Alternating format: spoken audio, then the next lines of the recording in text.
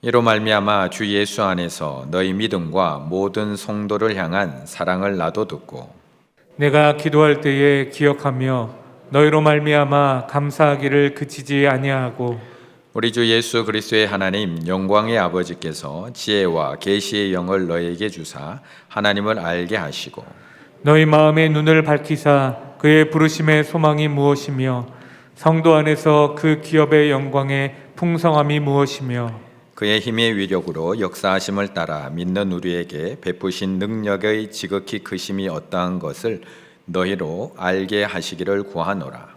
그의 능력이 그리스도 안에서 역사하사 죽은 자들 가운데서 다시 살리시고 하늘에서 자기의 오른편에 앉히사 모든 통치와 권세와 능력과 주권과 이 세상뿐 아니라 오는 세상에 일컫는 모든 이름 위에 뛰어나게 하시고 또 만물을 그 발 아래에 복종하게 하시고 그를 만물 위에 교회의 머리로 삼으셨느니라. 함께 읽습니다.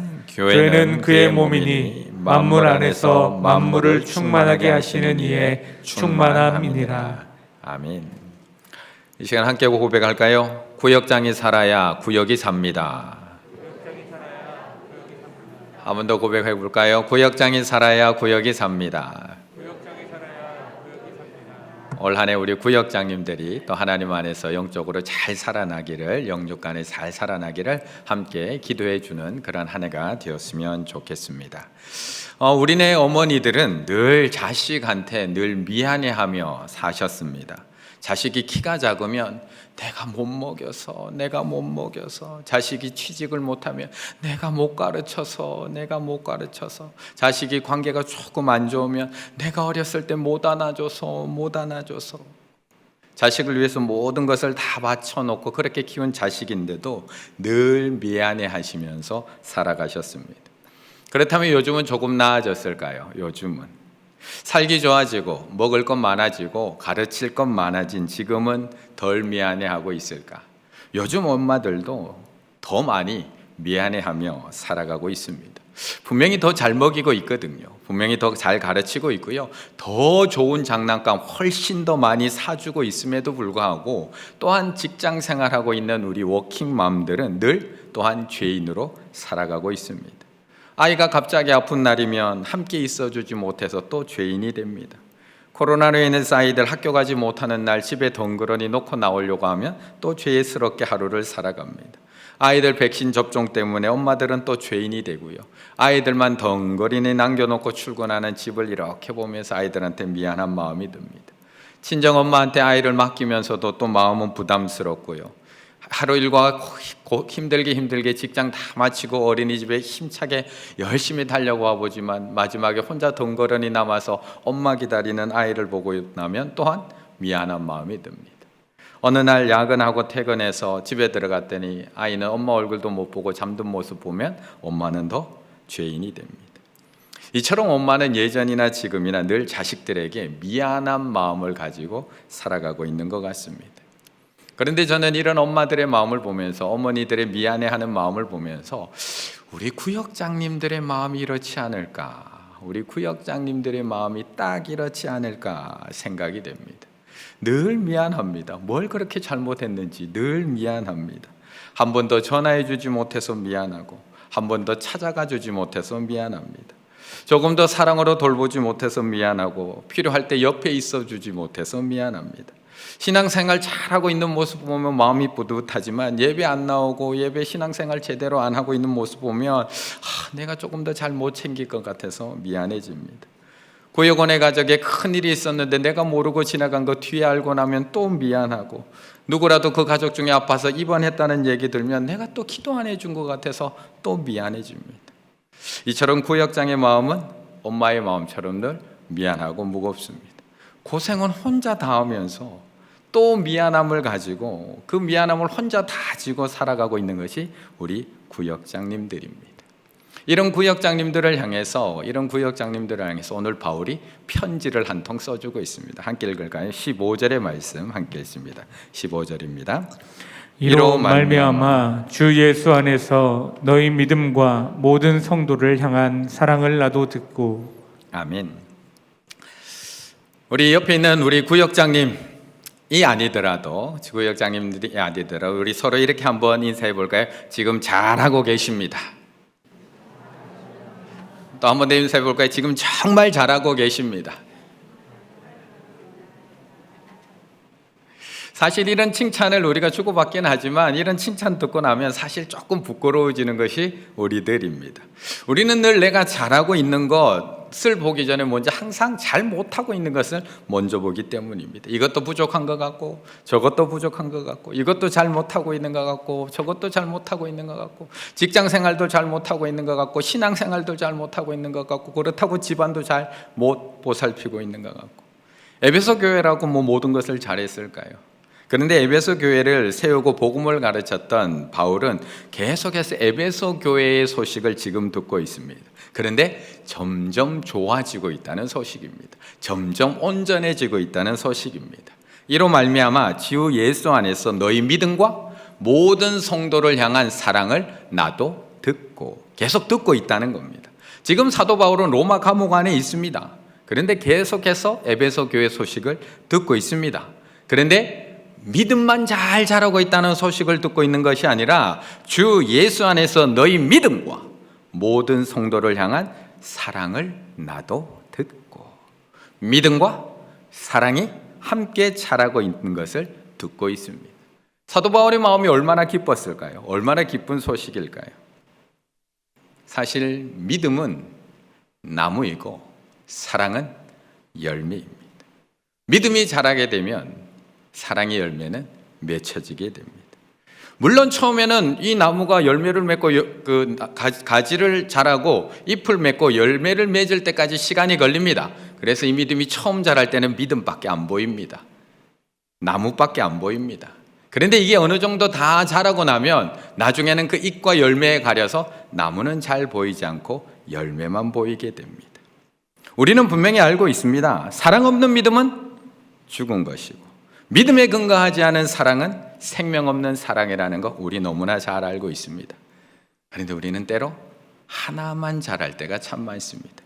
믿음만 잘할 때도 많고요. 사랑만 잘할 때도 많이 있습니다. 자칫 믿음만 성장해서 자칫 잘못하면 믿음이 편협해질 때도 참 많이 있습니다. 내가 알고 있는 하나님, 내가 믿고 있는 하나님이 전부라는 함정에 빠져서 믿음의 담력은 생기고 용기는 생기는데 도리어 교만해져 버립니다. 그래서 그 믿음으로 사랑의 열매를 맺는 것이 아니라 그 믿음으로 판단과 정죄의 열매를 맺게 되는 경우도 있다는 겁니다. 다른 사람을 용납 못합니다. 그래서 믿음과 사랑은 함께 자라야 합니다. 가장 쉬운 것 같으면서도 가장 어려운 일이 사랑하는 일입니다. 내게 좋게 하는 사람, 사랑하기는 쉽지만 내게 상처 준 사람, 나를 배신한 사람, 내게 무관심한 사람 사랑하기 정말 어렵습니다. 다 마찬가지입니다. 하나님께서 힘 주시지 않으면 사랑하는 게 쉽지 않습니다. 그래서 믿음과 사랑이 함께 갈 수밖에 없습니다. 하나님을 믿는 믿음이 깊어지면 우리가 서로 사랑할 수 있는 힘이 거기서 나오는 겁니다. 우리 교회 안에 믿음 없는 사람이 어디 있을까요? 수요 예배 나올 정도면 믿음 없는 분이 누가 있을까요? 구역장 정도 감당할 정도라면 믿음 하나만큼은 어디 나내도 부족함 없습니다. 하지만 계속 내 믿음만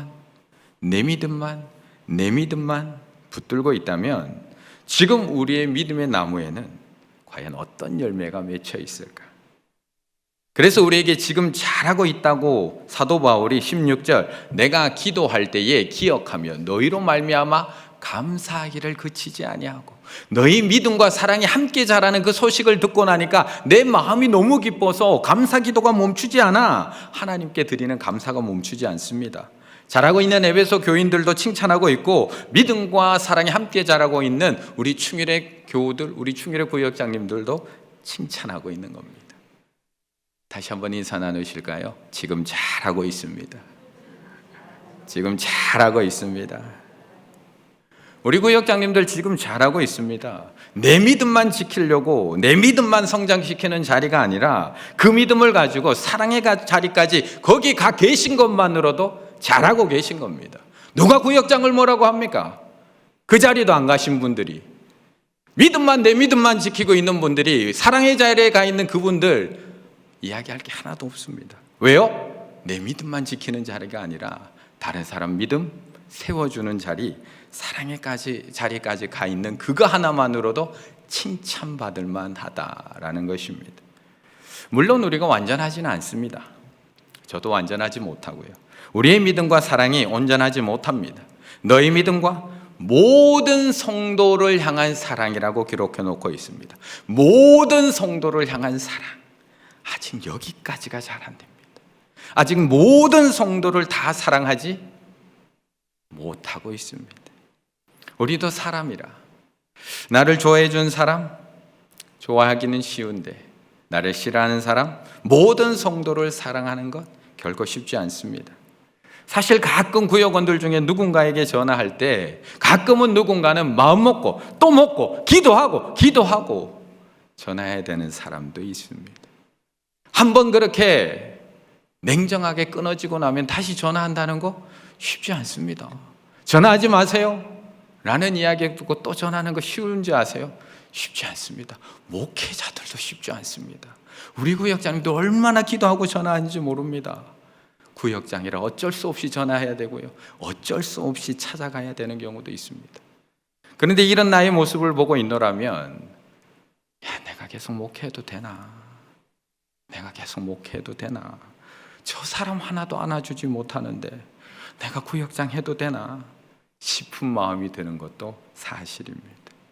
이렇게 사랑 없는 모든 성도를 다 사랑하지 못하는 우리들, 계속 목회해도 될까요? 계속 구역장 해도 될까요? 19절의 말씀 함께 읽겠습니다. 19절입니다. 그의 힘의 위력으로 역사하심을 따라 믿는 우리에게 베푸신 능력의 지극히 크심이 어떠한 것을 너희로 알게 하시기를 구하노라. 아멘. 사실 우리의 모습만 보면 목회 계속 해나가도 되나 싶은 게 사실입니다. 사실 내 안에 선한 것이 하나도 없고 내 안에 하나님을 향한 온전한 신뢰, 믿음도 사랑도 없음을 볼 때면 내가 계속 목회해도 될까? 내가 계속 구역장 해도 될까라는 생각이 듭니다. 하지만 우리가 착각하고 있는 것은, 이런 생각들 속에서 우리가 착각하고 있는 게 하나가 있다면 그것은 무엇이냐 하면 이 능력이 내 능력인 줄 안다는 겁니다. 이 능력이 내 능력인 줄 안다는 겁니다. 이 능력이 내 능력이라면 없으면 하면 안 됩니다. 그런데 이 능력이 내 능력이 아니라면, 하나님을 믿는 것이 나의 능력인가? 하나님을 사랑하고 이웃을 사랑하는 것이 나의 능력인가? 하나님의 말씀을 듣고 아는 것 나의 지혜인가? 복음을 전하고 사람들을 그리스도께 인도해내는 능력 정말 나의 능력인가? 그렇다면 왜 예수님께서는 제자들에게 예루살렘을 떠나지 말고 기다리라고, 약속하신 것을 기다리라고 얘기하신 걸까요? 그의 능력이라면 그냥 가라고 하시면 되는데 왜 오직 성령이 너에게 임하시면, 너희가 권능을 받고 예루살렘과 온 유대와 사마리아와 땅끝까지 이르러 내 증인이 되리라고 말씀하신 걸까요? 내 능력이면. 내 능력이 아니기 때문입니다. 주실 때만 받을 수 있는 능력, 주실 때만 깨달을 수 있는 능력, 주실 때만 행할 수 있는 능력.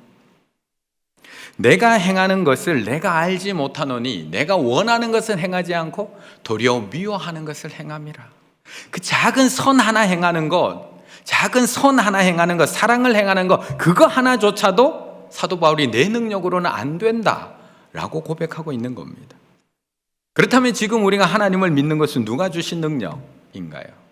지금 우리가 말씀을 듣고 알 수 있는, 깨달아 알 수 있는 능력, 누가 주신 능력인가요? 지금 우리가 구역장으로 어렵지만 전화를 하고, 어렵지만 찾아가고, 어렵지만 손잡아주고, 어렵지만 사랑하는 것 누가 주신 능력인가?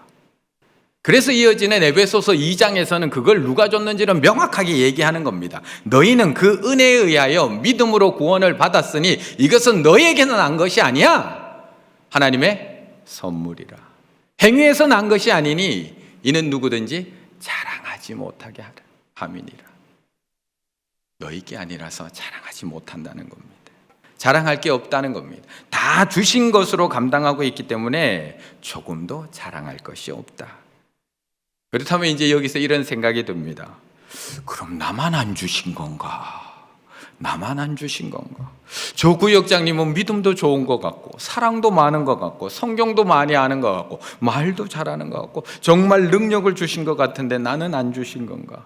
저 구역장님은 아는 것도 많고 관계성도 좋고 봉사도 많이 하는 것 같은데 그럼 나도 더 달라고, 내게 아니니까 나도 더 달라고 해야 되는 걸까? 이것을 감당할 수 있는 믿음을 달라고, 섬길 수 있는 사랑을 달라고 간구하고 지혜를 달라고 기도해야 되는 걸까? 그런데 19절에서 우리에게 이렇게 말씀을 하시거든요. 그의 힘의 위력으로 역사하심을 따라 믿는 우리에게 베푸신 능력의 지극히 크심. 베푸실 능력이 아니라 이미 베풀어 주신 능력이 너희 안에 있다는 겁니다. 이미 베풀어 주셨다는 겁니다. 나만 안 주신 게 아니라 이미 베풀어 주셨다. 이미 너에게 그 능력을 주셨다. 앞으로 베풀어 주겠다가 아니라 이미 너에게 베푸신 능력을 너희가 깨달아서 알기 원한다라고 말씀하고 있고 기도하고 있습니다. 그래서 20절에 그 능력, 이미 베푸신 능력이 어떤 능력인지에 대해서까지 말씀하고 있는 겁니다. 그의 능력이 그리스도 안에서 역사하사 죽은 자 가운데서 다시 살리시고 하늘에서 자기 오른편에 앉히사. 그 능력은 우리를 구원하신 능력, 허물로 인해서 죽을 수밖에 없는 우리를 살리신 능력, 죽은 자 가운데서 우리를 살려내셔서 하늘 보좌에 앉히신 능력, 사망 권세를 깨뜨리시고 다시 부활시키신 그 부활의 능력, 그 능력을 우리 가운데 이미 베풀어 주셨다는 겁니다. 우리는 그 능력으로 말미암아 살아났고 이미 그 능력을 덧입은 사람들이라고 말씀하고 있는 겁니다. 여기서 가만히 한번 생각을 해보면 나 같은 죄인이 어떻게 하나님의 자녀가 되었을까요? 내가 착해서, 내가 하나님 말씀 열심히 읽어서, 내가 교회 안 빠지고 열심히 다녀서 나 같은 인간이 어떻게 하나님의 백성이 되었을까요? 나 같은 사람이 어떻게 오늘도 이 예배의 자리로 부름을 받은 걸까요? 나 같은 존재가 어떻게 이 자리에 서서 목사로서 하나님의 말씀을 가르치고 어떻게 구역장이 된 것인가요? 내 능력인가요? 하나님의 능력이라는 겁니다. 복음의 능력이라는 겁니다. 죽은 우리가 다시 살아나는, 도저히 가능성 없는 우리가 다시 재창조되어서 새 피조물이 된 새 창조의 능력으로 우리를 살리셨다는 겁니다. 그래서 19절에서는 그 능력이 얼마나 강한지를 말합니다. 그의 힘의 위력으로 역사하심을 따라 우리에게 베푸신 능력의 지극히 크심이 어떠한 것을, 힘, 위력, 능력, 이런 하나님의 놀라운 능력들을 얘기하면서 우리에게 베푸신 하나님의 능력이 얼마나 강력한지에 대해서 말씀하고 있는 겁니다. 우리는 그 베푸신 능력으로 살아난 사람들, 저는 그 베푸신 능력으로 목사가 된 사람, 그 베푸신 복음의 능력을 믿고 오늘도 말씀 전하는 사람. 제가 그 능력을 못 믿으면 제가 어떻게 말씀을 전하나요? 제가 그 능력이 있나요? 아니요. 그 하나님의 능력, 말씀을 깨닫게 하시는 복음의 능력을 믿기 때문에 제가 이 자리에서 말씀을 전할 수 있는 겁니다. 죽은 나 같은 사람도 살리신 그 부활의 능력이 죽은 영혼과 같은 우리들을 말씀으로 흔들어 깨우고 살리실 것을 믿기 때문에 목회 일을 감당할 수 있는 겁니다. 죽은 막대기와 같은 나를 새롭게 하시고 살려내셨듯이 저들도 그리스도 안에서 새로운 피조물로 새롭게 창조하실 것을 믿기 때문에 오늘도 구역장의 역할을 감당할 수 있는 것입니다. 그래서 우리는 기도해야 됩니다. 기도해야 됩니다. 능력을 달라고 기도해야 되는 것이 아니라 능력을 알게 해달라고 기도해야 됩니다. 그 능력을 주신 하나님을 알게 해달라고 기도하셔야 되고, 부르심의 소망이 무엇인지를 보게 해달라고 기도해야 되고, 나에게 베푸신 그 능력이 얼마나 큰 능력인지를 내가 알게 해달라고 기도하셔야 됩니다. 17절의 말씀 같이 읽습니다. 17절입니다. 우리 주 예수 그리스도의 하나님, 영광의 아버지께서 지혜와 계시의 영을 너희에게 주사 하나님을 알게 하시고. 아멘. 제가 요즘 폰을 바꿀까 말까 고민 중에 있습니다. 폰을 저기다 놓고 왔는데요. 제가 폰을 바꿀까, 지금 한 4년 넘게 썼더니 이제 폰이 약간씩 이제 조금씩 문제점들이 나타나고 있습니다. 그래서 요즘 나온 최신 폰을 제가 요즘 이렇게 보면서 바꿀까 말까 1년째 고민하고 있습니다. 1년째. 몇 년 고민할지는 모르겠습니다. 보면 요즘 새로 나온 폰 너무 잘 만들었습니다. 색상도 너무 이쁘고요. 요즘에 어떤 펜도 되고요. 어떤 거는 이 반으로 접히기도 하고요. 어떤 거는 카메라 렌즈가 4개나 달려 있습니다. 4개나. 성능이 뭐 얼마나 빠르고 좋은지 모르겠습니다. 근데 중요한 건 저는 전화 걸고 받고 문자 주고 받고 카톡 주고 받고 알람 끼고 켜고 끄고 이게 답니다. 그 비싼 돈을 주고 스마트폰을 사면서도 저는 사용 설명서 단 한 번도 읽어본 적이 없습니다. 그리고 사용하는 기능은 10년 전이나 지금이나 똑같습니다. 스마트폰의 기능은 점점 좋아지고 있는데 저는 그 안에 담겨진 능력 중에 달랑 4개 사용하고 있습니다. 잘 몰라서 그 안에 어떤 기능이 얼마나 더 좋아지고 있는지 몰라서 기본 기능만 계속 사용하고 있습니다. 우리 구역장님들은 하나님이 어떤 분인지 제대로 알고 계시나요? 우리 구역장님들께서는 왜 하나님께서 우리 구역장님들을 부르신지를 정확하게 알고 계시나요? 우리 구역장님들께서는 하나님께 받은 그 영광이 얼마나 풍성한지 알고 계시나요? 우리에게 베풀으신 능력, 얼마나 큰 능력인지를 알고 계시나요? 사도 바울은 우리로 하여금 그것을 보고 알게 해달라고 기도하고 있는 겁니다. 17절, 지혜와 계시의 영을 너에게 주사 하나님을 알게 하시고, 그거 기도하고 있는 겁니다. 너희 마음의 눈을 밝히사 그의 부르심의 소망이 무엇이며 기업의 영광의 풍성함이 무엇이며 그거 보게 해달라는 겁니다. 너희 눈을 밝혀서 그거 보게 해달라는 겁니다. 믿는 우리에게 베푸신 능력의 지극히 크심이 어떠한 것을 너희로 알게 하기를 원하노라, 구하노라. 그 능력이 얼마나 큰지를, 너희가 입은 그 능력, 부활의 능력, 다시 살아나는 그 능력이 얼마나 큰지를 알게 하기를 원한다라고 기도하고 있습니다. 사도 바울은 우리가 하나님 앞에 매일매일 구하며 살아가고 있는 기도 제목과 전혀 다른 기도를 하고 있습니다. 에베소 교인들이 살아가고 있는 이 시대가 우리가 살아가고 있는 이 시대보다 훨씬 신앙 생활하기 좋았던 시대가 아닙니다. 그럼에도 불구하고 하나님 환경 바꿔주세요, 하나님 상황 바꿔달라고, 처지 바꿔달라고 기도하는 것이 아니라, 나는 지금 비록 로마 감옥에 와 있지만 사랑하는 교인들을 좀 안전하게 보호해 주세요라고 기도하고 있는 것이 아니라, 저들이 알게 해달라고 기도하고 있습니다. 저들이 보게 해달라고 기도하고 있습니다. 우리는 매일 코로나가 끝나길 위해서 기도하고 있고 코로나가 사라지고 일상이 회복되게 해달라고 기도하고 있는데, 사도 바울은 지혜와 계시의 영을 우리에게 주사 하나님을 알게 해달라고 기도하고 있습니다. 우리는 전쟁이 끝나게 해달라고, 이 무너진 경제가 다시 회복되게 해달라고 기도하고 있는데, 사도 바울은 우리 눈을 밝히사 우리의 부르심의 소망이 무엇인지, 우리에게 베푸신 그 구원의 능력이 무엇인지를 보게 해달라고, 알게 해달라고 기도하고 있습니다. 물론 우리의 기도가 잘못되었다는 것을 이야기하고 있지 않습니다. 그 기도 해야 됩니다. 분명 예수님께서도 우리에게 기도를 가르쳐 주시면서 일용할 양식을 기도해라, 양식을 위해서 기도해라, 악에 구해 주시기를, 악에 빠지지 않기 위해서 기도해라, 우리에게 말씀하셨습니다.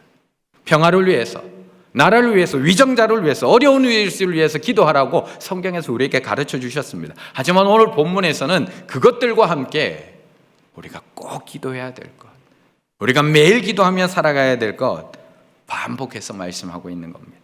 알게 해 주시옵소서, 보게 해 주시옵소서, 보고 알게 하여 주시옵소서. 이거 기도하라는 겁니다. 성령께서 주시는 지혜와 그분의 계시를 통해서 강화가 일어나게 됩니다. 그분께서 우리의 마음의 눈을 여셔서 그의 부르심의 소망이 무엇이고, 우리가 가지고 있는 기업의 영광이 무엇이고, 그 풍성함이 무엇이고, 그분이 우리에게 베푸신 능력의 지극히 크심이 어떤 것인지를 알게 하신다는 겁니다. 이것이 성령께서 하시는 일입니다. 성령께서. 그래서 우리는 오늘도 구해야 합니다. 다른 것을 구하는 것이 아니라 성령의 도우심을 구해야 됩니다. 지혜와 계시의 영을 우리에게 주셔서 알게 하시옵소서. 하나님이 어떠한 분인지를 알게 하시옵소서. 마음의 눈을 밝혀서 보게 하시옵소서. 부르심의 소망이 무엇인지를 보게 하시고, 기업의 영광이 풍성이 무엇인지를 보게 하시고, 당신의 사랑의 너비와 길이와 높이와 깊이가 무엇인지를 알게 하시고, 나에게 베풀어 주신 부활의 능력, 새 창조의 능력이 무엇인지를 알게 하시옵소서. 기도하라는 겁니다. 하나님이 누구신지를 보고 알고 나면 환경이 그렇게 중요하지 않게 되거든요. 하나님께서 베푸신 능력이 얼마나 큰지를 보고 알게 되면 상황 그렇게 중요하지 않게 되거든요. 그래서 다윗은 하나님 앞에 이렇게 기도합니다. 내 눈을 열어서 주의 율법에서 놀라운 것을 보게 하소서. 똑같은 말씀을 보지만 지혜와 계시의 영을 주시면 보고 아는 것이 달라지기 때문에 그렇습니다. 똑같은 말씀을 듣고도 누군가는 깨달아 알게 되고 누군가는 깨닫지 못하게 되는 일이 일어나기 때문에 그렇습니다. 엘리사가 아람 군대에 의해서 포위된 상황 속에서 두려워 떨고 있는 사원을 위해서 이렇게 기도를 합니다. 기도하여 이르되 여호와여 원하건대 그의 눈을 열어서 보게 하옵소서 하니 여호와께서 그 청년의 눈을 여심해 그가 보니 불말과 불병거가 산에 가득하여 엘리사를 둘렀더라. 지금 우리에게 가장 필요한 기도는 보고 알게 해달라고 드리는 기도입니다. 지혜와 계시의 영을 우리에게 주셔서 하나님을 알게 하여 주시옵소서. 우리의 마음의 눈을 밝혀주셔서 부르심의 소망과 그 영광의 풍성함을 보게 하여 주시옵소서. 우리에게 이미 베풀어 주신 복음의 능력, 부활의 능력을 보고 그 능력이 얼마나 큰지를 알게 하여 주시옵소서. 코로나의 막막함을 보시면 아무것도 할 수 없습니다. 하지만 전능하신 하나님을 보시면 다시 일어나서 믿음으로 달려가실 수 있습니다. 서로의 부족함을 알고 서로의 부족함을 보면 구역에 뭐 모일 필요 없어, 모일 필요가 없어집니다. 하지만 죽은 나를 살리신 하나님의 능력이 얼마나 크신지를 보면 그 사람도 살려내실 하나님의 능력을 보면서 다시 모일 수 있는 힘이 생기게 됩니다. 세상의 소망과 풍성함을 보면 굳이 믿음의 자리에 다시 올 필요가 없습니다. 저 세상이 훨씬 더 풍성합니다. 하지만 부르심의 소망과 그 기업의 영광의 풍성함을 보게 되면 다시 믿음의 자리에 모여서 그 풍성함을 사모하게 될 줄로 믿습니다. 우리 중일의 모든 구역장님들 이번 올 한 해 하나님 앞에 기도하셨으면 좋겠습니다. 하나님 저부터 보게 해달라고, 저부터 알게 해달라고, 저부터 하나님께서 나에게 주신 그 구원의 그 능력이 얼마나 큰지를, 하나님께서 얼마나 큰 분이신지를, 나 같은 죄인도 살리신 그 능력으로 저 사람도 살리게 될 것을 내 눈으로 먼저 보게 해달라고 기도하실 수 있는 우리 중일의 구역장님들과 우리 모든 구역원들 다 되시기를 간절히 바라겠습니다.